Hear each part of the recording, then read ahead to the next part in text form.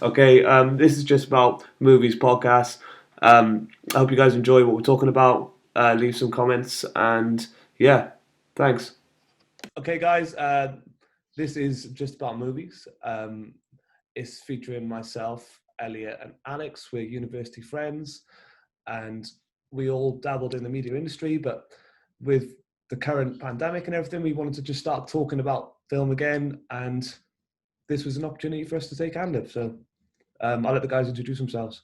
Yeah, excited. So I'm Elliot. I'm a sports videographer, so always filming and stuff. Just as soon as Jack wanted to do this, I was all game. I'm ready for this. Like, a bit excited. I was actually nervous about this today. I was like, I know you were as well, Jack. No. Yeah, man. Yeah, man.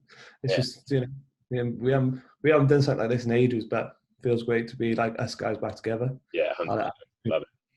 Love that. Hey guys, Alex, famous Northampton clown. Oh, what was that? Like, dropped it. What was that? Yeah, minute, 30 seconds. Forget that. What the hell? Forget that. Cut that out.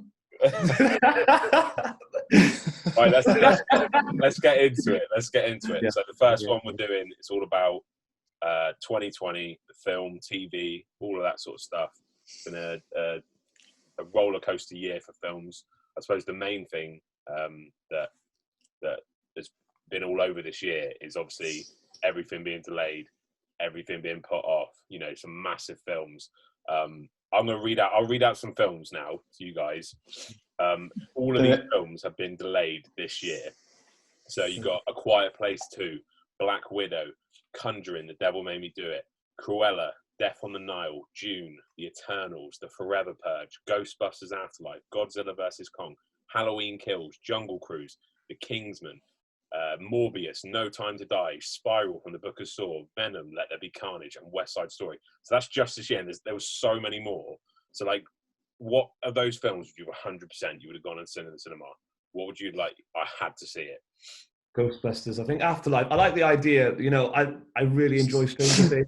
So the characters from Stranger Things in there definitely was appealing, and it seemed to have a few of the old boys back in there for sort of tiny cameos, which always appeals, isn't it? You want to see the old Ghostbusters again.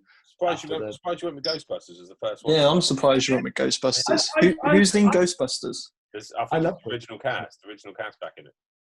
Yeah, I think a few of them are featuring. I'm not sure if all of them are, but I had a little look. Right. But the trailer looked really good, like with the old Ghostbusters vehicle busting out, and they were all in it, and it looked pretty awesome. Cool. I have to admit, that is a good. But the thing is that would have been so big, wouldn't it? Like, loads of people would have gone and seen that. The main one that people moan about, like Black Widow, isn't it? I mean, Black Widow has been and No Time to Die from like Bond, James Bond. I mean, it's just been delayed. I think Bond's had 3 delays just this year, and now it's coming out in April next year. Black Widow's probably like around the same as that as well. It's just, man, I think how big that would have been for like the film industry, just those sort of films, like in the cinema.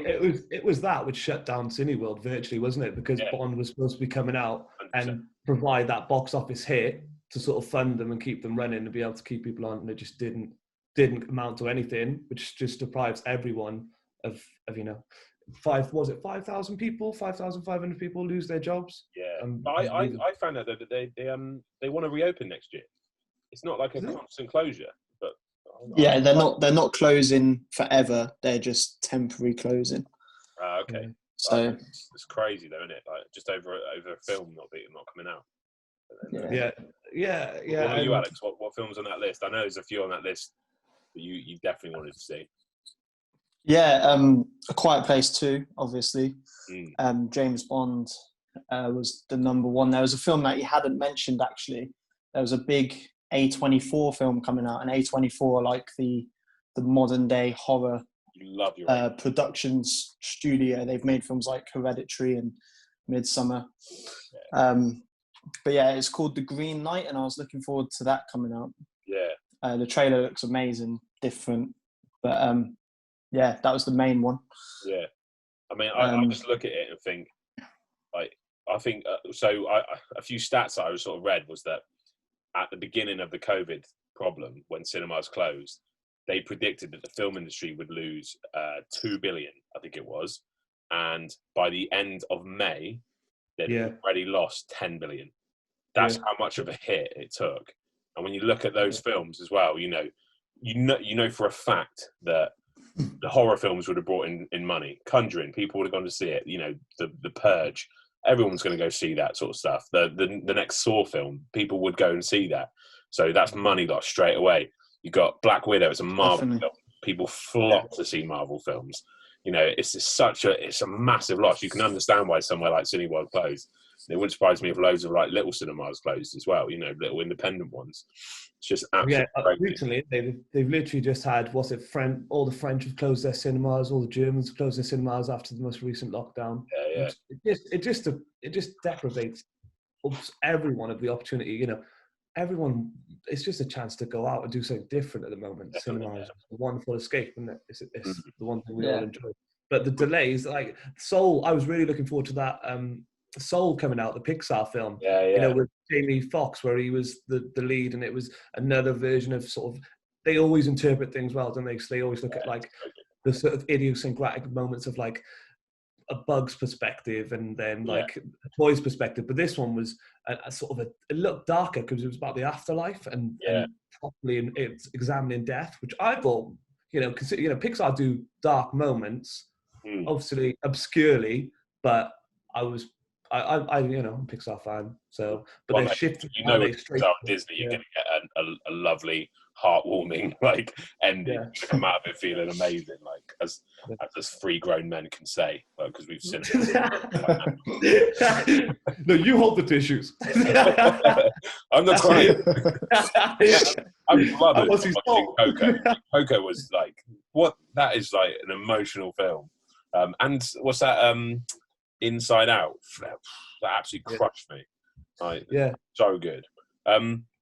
Actually, talking about Soul, it's sort of interesting to go into. So many films. I didn't even realise so many films went, instead of being delayed for cinema, they went straight to streaming services. So, so the big one obviously being Mulan. You had Antebellum, which I saw the trailer for. I thought it looked amazing. Had no idea it's already been out for about 2 months. Same. It's on streaming. So Artemis Fowl, Scoob, Soul is coming out on streaming services now. That's great. So, do you think that's the right thing to do? Do you think people should be skipping the cinema, go straight to streaming services? And if so, should you have to pay extra for it? Should you have to pay? Mulan was £15 to watch on top of your Disney Plus subscription. Is that right? Did you see how much Mulan cost to make? Yeah, 200 million. Yeah, and that's a lot for. That's like 100%. To get. Do you know how much they got back? Like, so I remember seeing Mulan on subscription fee for like £20. Yeah. So it was £20 to watch it at one point. I don't know if I never paid for it, but I don't know if do you get to keep a copy of it or. No, so it's essentially if you've got Disney Plus, you pay. It's always on there. Yeah, it'll be there. I assume it's always there for you. Surely it's not like a. Hopefully, it's always there. Like a week. Surely you get it continuously.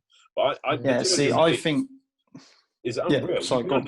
You can understand why they'd want to make that money back, but at the same time, they didn't actually. They only grossed 66 million, so they made a massive loss on it. That's crazy. So, I actually Forbes magazine actually said apparently 80% of films nowadays don't make profit. 80% of films. It's that historical. It's the feeling of the cinema. I think that even if you stream stuff in a house and you're with your family, and that's a wonderful experience in itself. But there's something about going to the cinema, buying the popcorn, having a Tango Ice Blast, sitting down in the chair and properly experiencing it. That's it. It's sort of like, you know, the old Tarantino thing. It's like the church to a lot of us guys. It's our version of going to sit there on a Sunday and watch something completely different, experience something completely different. So Alex pretty much lives there. Yeah, and you did Yeah, for a I, while. I love going to the cinema. I'll go on my own, even if I'll just go on my own. Yeah. Alex is the only person I know that goes and sees a Disney film. He went and watched Frozen 2 in the cinema on his own. Why did you have to mention that? I imagine you got escorted out 15 minutes in. Yeah, I did look a bit weird. That it was just me and then like loads of young children. So. Yeah, I think the weirdest thing is the fact that you were dressed as Elsa. I think that's the weirdest thing. Let's not talk about Frozen 2. I said you wouldn't tell no one about that. All right, so guys, so COVID obviously making it harder for, you see films in the cinema. It's either delaying them or cancelling them, or and streaming services. Is it basically making cinema irrelevant? Because if we can just watch things on Netflix and Prime, I mean, it's more convenient. It's cheaper. Is it the death of cinema? Is it cheaper? Well, you know where I stand. $7.99 a month for £5 a film. Like, it just seems. Yeah. I know what you mean. Our cinema's needed, right? See, and that's a big drop, like you said. So you could pay £5 for a View cinema ticket. I think that's reviewing it £5, $4.99. Yeah. And but then they wanted you to pay £20 to watch Mulan, but you would have paid a £5 to watch it in the cinema. Yeah, plus snacks. So it would have been about 50 quid. £20 is a lot. That's a bit light. No, you know where I stand. I think I'm a sort of bit of a traditionalist when it comes to the cinema. I was saying about the silver screen, watching people up on that massive screen. I don't know. Sometimes it enhances the performance of actors in just up there. You sort of look at them with that under the microscope, real detail to their facial actions. All of those little minor adjustments make a huge difference, I think. But then when you sit at home, of course, you can get distracted. But the benefit, and I agree, there is benefits to being at home, because there's people who can't make it to the cinema, for example. They just physically can't get there, and by taking those film products and putting them online, it is a fair way to do things for the moment. But I think it should be a short-term ideal. I think. Yeah, it's crazy. I've actually got the top 10 list of highest grossing films of this year. Oh, it's such a disappointing list. It's I'll tell you, it's disappointing. I look at it and go, no wonder. Like, the top 2 films are Chinese, which great. And I imagine they're probably amazing films. I haven't seen them, so I can't say. There's I think at 7th is a Japanese film. No, another Chinese film. Sorry. And at 9th is an animated Japanese film. And then if you're looking at purely sort of Western films, 3rd place is Bad Boys for Life. 4th is Tenet. Sonic the Hedgehog at 5th, and Dolittle at 6th. And then you've got Birds of Prey and Onward filling it out. Like, if you look at the reviews for those films, I haven't seen all of them. They're not good. Onward was all right. Again, here I go with my Pixar bus again. Stop. This podcast is brought to you by Disney. Yeah, literally. I feel like the poster boy for Pixar at the moment. But that's the thing. It's like, Dolittle, from all accounts, not a very good film. Sonic the Hedgehog, although Sonic the Hedgehog, a great news for the industry is that it had the highest opening weekend for a video game adaptation film. That's great, amazing, but it's not supposed to be a great film. So, Tenet, I can personally say I absolutely loved it. I thought it was great. It's only 4th. And Bad Boys for Life, once again, it's got a really mediocre review. A bit sort of mixed bag sort of review. Is 3rd, and that says a lot about this year as film. Is if Bad Boys for Life is the best Western film of this year. Do you know what I mean? It depends on, but that's another one, isn't it? It depends on just your sort of taste of genre, because I know loads of people who love the Bad Boy franchise, Bad Boys 1 and 2. The second one's, I love the second one. Oh, I love it too, yeah. Yeah, this one didn't appeal, I just didn't fancy it. I think about it. It's that whole aging actor taking on the role thing as well sometimes, which seems to be a struggle, doesn't it? You look at like Harrison Ford coming back for Indiana Jones. It didn't work, did it? Didn't work. Dumb and Dumber 2, all of those things where they try and replay an actor from when they're younger, the spark seems to be just gone. Do you think we're a bit spoilt from last year? Yeah. I was actually surprised at how many films come out last year that were incredible. Just in the top 10 of last year, highest grossing films. Avengers Endgame, amazing, obviously. The Lion King, Toy Story 4, Joker, Star Wars Rise of Skywalker, Frozen 2, Captain Marvel, Spider-Man Far From Home, Aladdin, and Jumanji. That's your top 10. And that's not even counting films like Once Upon a Time in Hollywood, It Chapter 2, Hobbs and Shaw. Like, all of those come out. Rocket Man, Dumbo. There was so many good films. Like, we were spoiled last year for great films.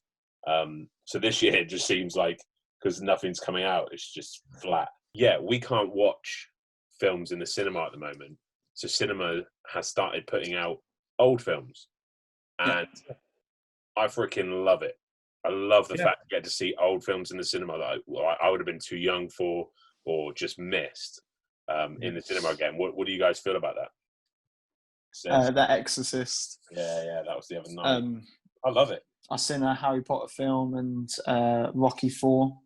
Nice. But it's awesome to see those kind of films on the big screen because you've got the audio as well, and you just want to experience seeing films from back then, what it would have been like to see it on the big screen. Yeah, it's awesome. I watched Terminator 2 on the big screen, and I was the only person in the screen. I watched the entire thing, absolutely loved it. Like, there's certain films that I personally feel like if they come out in cinema, I want to watch them 100%. Like, because that's what I think a film is made for the cinema. So I want to experience it. I feel like I've got a bit bitter and sort of a bit more moodier in my sort of older age, where when I was younger and like a Harry Potter film come out, I didn't care if the cinema was full. I wanted to be there. I sat amongst everybody. That's part of the experience. But nowadays, I kind of want my own space in the cinema. I don't mind if there's a few empty seats around me, probably because I'm 7'8", so I need all the legroom I can get. But I just think experiencing something on the big screen, like when we watched The Exorcist the other day, that was so good. It made it more scary. If I'd watched that in my living room, I wouldn't have found that scary at all. But The Exorcist was it was still freaky, and seeing it on the big screen was just class. I absolutely love that. And I think it's something that cinemas need to do way more often. They need so many more films, just old films out in the cinema. Let's put Shawshank in the cinema. Let's put Gladiator back on the cinema screen. Just put stuff like that on there. That'd be definitely so good.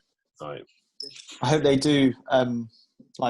Post COVID, I hope they do release older films in the cinema anyway. On top of all the new films that are coming out, I hope they still put up a showing for all these other films. Yeah. What they said, it's not going to recover till 2023 cinema now. It's not. Is that what it said? It's not going to recover till 2023 now. The cinema industry is not going to recover from where it's been, and that's just from March. Can you imagine if this extends even further along? Lockdown, the damage could almost be irreparable. And that's where I think you're right, Elliot, where you're asking, will cinema cease to exist? Will it will become the Netflix presents the Oscars, we have the Netflix awards will be the biggest thing. The Oscars, with all of its history and wonderful nature, will just become nothing, because you can't watch the people. Let's hope it doesn't. Let's hope it doesn't. Let's hope it doesn't. This is a bit we want to get to, because we all got a bit sort of. Well, I did. I got excited when we started talking about Netflix, and just how shocking it was how much money they've made since COVID, and just every year you can understand why they're pumping out these epic TV series all the time, or cancelling one because it's not epic enough and then putting another one in. It's just it's crazy. The numbers I have is that Netflix's net income in 2019, so that's 2019 altogether, was 1.857 billion, and that was 54% increase on the year before. This year, just up to September, they have an income of 2.86 billion, which is 98% more than last year. So people are stuck at home, sat there going, there's nothing to do. Bang, Tiger King comes out. Everyone wanted to watch it. let's get Netflix, let's subscribe. It's just been insane. That's it. Yeah, I can't remember what it was, but it was I think it was somewhere around, there was like 50 million new subscribers as soon as that initial lockdown hit. Yeah, and Disney Plus come out right as lockdown hit as well. Do you remember? Coincident. Yeah, that was a bit. Yeah, that was a bit. You know. Disney spread COVID. Yeah. Back from the freezer. Pretending those conspiracy guys. It was like, I know what they did. Once they're like, guess what? I'm unfrozen and my blood does not taste good. or I'm unfrozen too, because that's what come out. Hey, and Alex is in the cinema watching. It's crazy, isn't it? It is crazy that like Disney Plus is released. Everyone goes into lockdowns. Everyone pays for Disney Plus. Everyone pays for Netflix if they don't have it. Yeah. I have Disney Plus, Prime, and Netflix. Yeah, right? same. I'm a sheep. I want to watch everything, and I follow them all. And it does get you through it did get me through the lockdown. Like Tiger King. How good was Tiger King? Like, yeah, and it was just mind melting. Yeah, Alex, do you not watch it? Yeah, that's fair enough. I didn't. I wasn't a fan. No, fair enough. It was chaos. So it was hyped, wasn't it? Yeah, it was good though, mate. It was chaos. It was complete chaos, but that was the fun of it, wasn't it? It was just it was like somebody wrote the worst script imaginable of what could happen every day, and then threw in a curveball amongst that, and you were like, "Wait." That was what was so fucked up, was because you were just like, you watched it and you were like, this could get worse. Then it's like, oh, but it's getting worse. Like it just keeps going. Like, this is weird. Yeah. Like, it's almost like they had a screenwriter again. Let's just throw in some. It was just crazy. But this year has been a really good year for TV. Literally, just this year we've had The Boys season 2, amazing season.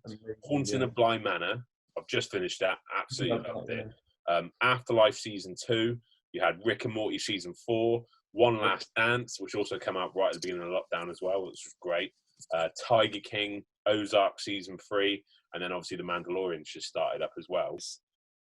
Are films moving aside for TV? Like, do people want to watch one film for 2 hours, or if you were Tarantino, 3 hours? Or do people want to watch a meaty series that's got 3 seasons, 10 episodes in each? It's got a really long storyline. You know, the hour-long episodes. Is that what people want now? Game of Thrones changed the game. What would you rather do? Would you do you have to like watch an episode before you get addicted to like a new season or a new series? Do you need to see like the first episode? Does it have to like drag you into it?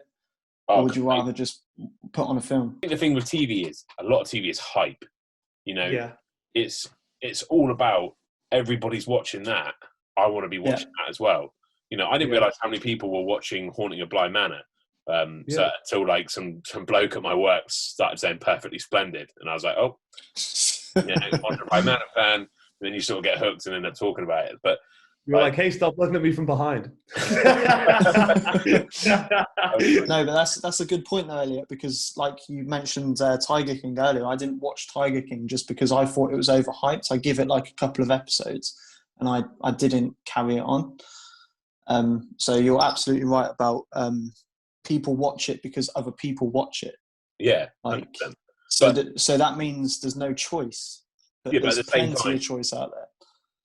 A lot of people watching something is usually a good sign of it. Do you know what I mean? Like if when everyone says watch Game of Thrones minus the last season, you you don't go like, but really it is flipping good. So you watch it. You know, Breaking Bad I just haven't been able to get into. I love Mike Cranston and all that, but I always say to myself, I will get into it one day. I will sit down, I'll watch it. But yeah, it's just one of those things. I think what we got to come to a closure on this. I think what we basically established in this podcast is that we're all sort of like romanticized by cinema and by film, by going to the cinema and watching films and having that authentic experience. For me, the cinema it's not let's go watch a film in the cinema because it's out in the cinema. For me, cinema is an experience. You know, I want to see a film on the big screen, and it's not just watching the film, it's going there. the crowds of people queuing up for your ticket, getting your ticket. I keep the ticket, so that's to me it's a memory. You remember, we went to the cinema that day. It was so good. You got to your seats, and you annoyingly have to make people stand up as you get there, and you sit down, and then you get all settled, and then it's watching the trailers. I mean, who doesn't like watching trailers? You're an idiot if you don't. They're amazing. So watching the trailers, getting so like absorbed by a trailer, and then turning straight to your mates and going, "Oh yeah, yeah." And then that screen that comes up right at the beginning, where it's got the rating of the film, the age rating, and then and then the quiet, the lull, and then everything you're then experiencing on the screen, you're experiencing with everybody else in that room for the first time, and it's something that I think you can't be taken away. Like, if you're watching a film at home, you're going to talk through it. You're going to talk through it. I'm going to talk through it. I'll be there like, he's dead, she's not. He's married, they cheated on each other. That's not a baby. That'll be me all the way through. But in the cinema, you have to be quiet. You have to listen. You absorb it. You watch everything. And I don't think there's a better experience than just enjoying something there. And hopefully, once we get through all this COVID and all this quarantine and this lockdown, we can all get back there again and just like love film again. And hopefully, the industry just booms, and we can just and Disney will do well again. They did. You got top 10. You listed. Love that, Elliot. Yeah. So I think that's it. Yeah. Cool. Yeah, guys. Next one. Couple of weeks. What do you want to do? The next one. We'll have to see. Who maybe keep it up to people. Maybe people can comment. Tell us what they'd like to talk about. If not, we'll come up with something too. If you guys don't suggest anything, you can hear that we're more than capable of finding 100 different topics to talk about in one single. So, also, if people have made it this far, well done and thank you. Yeah, hats off. I know I've enjoyed doing this. I can't wait to do the next one now. Always love a chat with you guys, man. Yeah. Take care, guys. See you in a bit. All right, dudes. See you later. Nice one, boys.